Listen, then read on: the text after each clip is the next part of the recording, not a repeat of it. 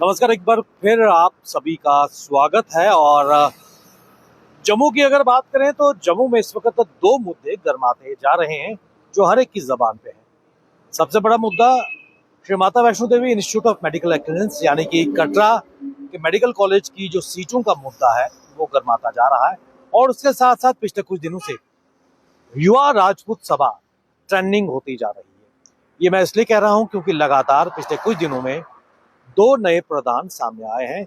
और आज से 3 महीने पहले जब कांगड़ा फोर्ट में एक बड़ा अधिवेशन इनका हुआ था युवा राजपूत सभा का, तब सर्वसम्मति से ये फैसला लिया गया था कि सजीव सिंह रिंकू 3 महीने के लिए युवा राजपूत सभा के प्रधान रहेंगे। और जब वो मियाद 20 नवंबर को समाप्त होगी तो 21 नवंबर से मनदीप सिंह नए प्रधान के तौर पर सामने आएंगे। लेकिन क्या ये अब माना जा रहा है कि युवा राजपूत सभा अपने अस्तित्व की सबसे बड़ी लड़ाई लड़ती जा रही है?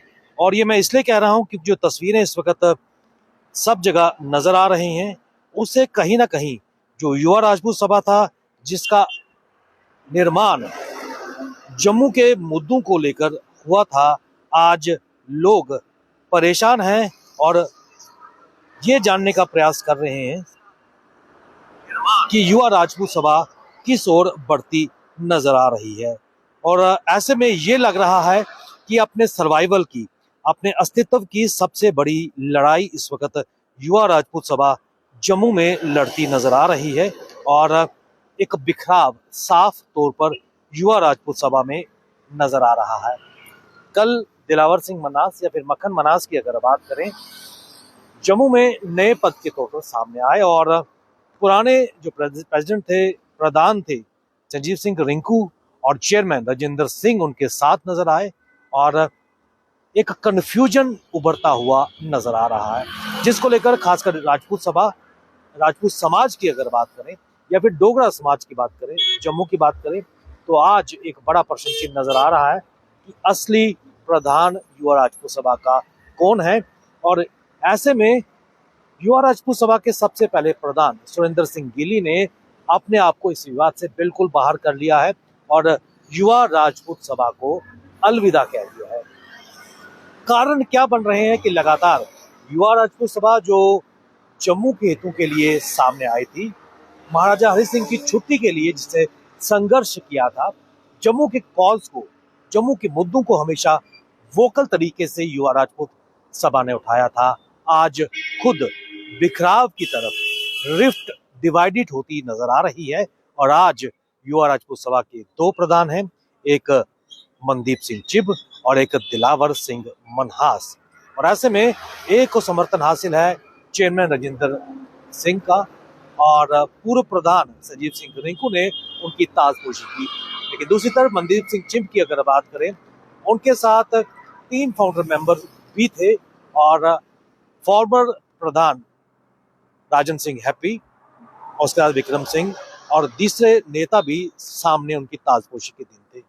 लेकिन इस वक्त जो तस्वीर नजर आ रही है, एक कंफ्यूजन नजर आ रहा है और शायद कुछ ताकतें, ये माना जा रहा है कि इस बिखराव के लिए प्रयास कर रही थी और एक सशक्त आवाज जम्मू की, उसको खामोश या तोड़ने का प्रयास कई ताकतें कर रही थी और आज शायद उनके प्रयास कामयाब होते नजर आए।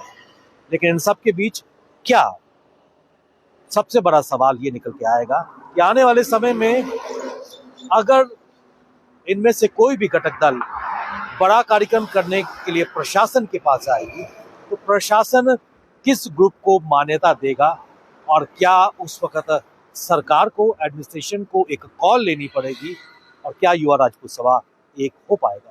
ये कई सवाल युवा राजपूत सभा के सर्वाइवल के लिए, उनके अस्तित्व के लिए सामने आ रहे हैं, क्योंकि आज से कुछ दिन पहले कोर कमेटी को भंग किया गया था। और अगर कोर कमेटी भंग हो गई थी तो फिर चेयरमैन राजेंद्र सिंह क्या वाकई ही उनके पास अथॉरिटी थी? क्योंकि यही कहा जा रहा था कि chairman is the supreme power और उनके पास ये हक है नए प्रधान को नियुक्त करने का। लेकिन अगर कोर कमेटी भंग हो गई तो चेयरमैन के पास क्या पावर थी? ये कई सवाल आज जम्मू की जनता राजपूत समाज आज पूछ रहा है उन लोगों से जो कोर कमेटी का हिस्सा थे, और बिखराव की स्थिति आज युवा राजपूत सभा में क्यों आई, और क्यों युवा राजपूत सभा आज सबके सामने एक तमाशा बनकर रह गया है। क्या आने वाले समय में जो सीनियर वॉइसेस है, जो सीरियस वॉइसेस है, क्या इस पर मंथन करेगी और एक बार फिर युवा राजपूत सभा एक बार इकट्ठा होकर जम्मू की बुलंद आवाज बन सकेगा? ये वक्त ही बताएगा। बने रहिए आप हमारे साथ, हमें दीजिए इजाजत। नमस्कार।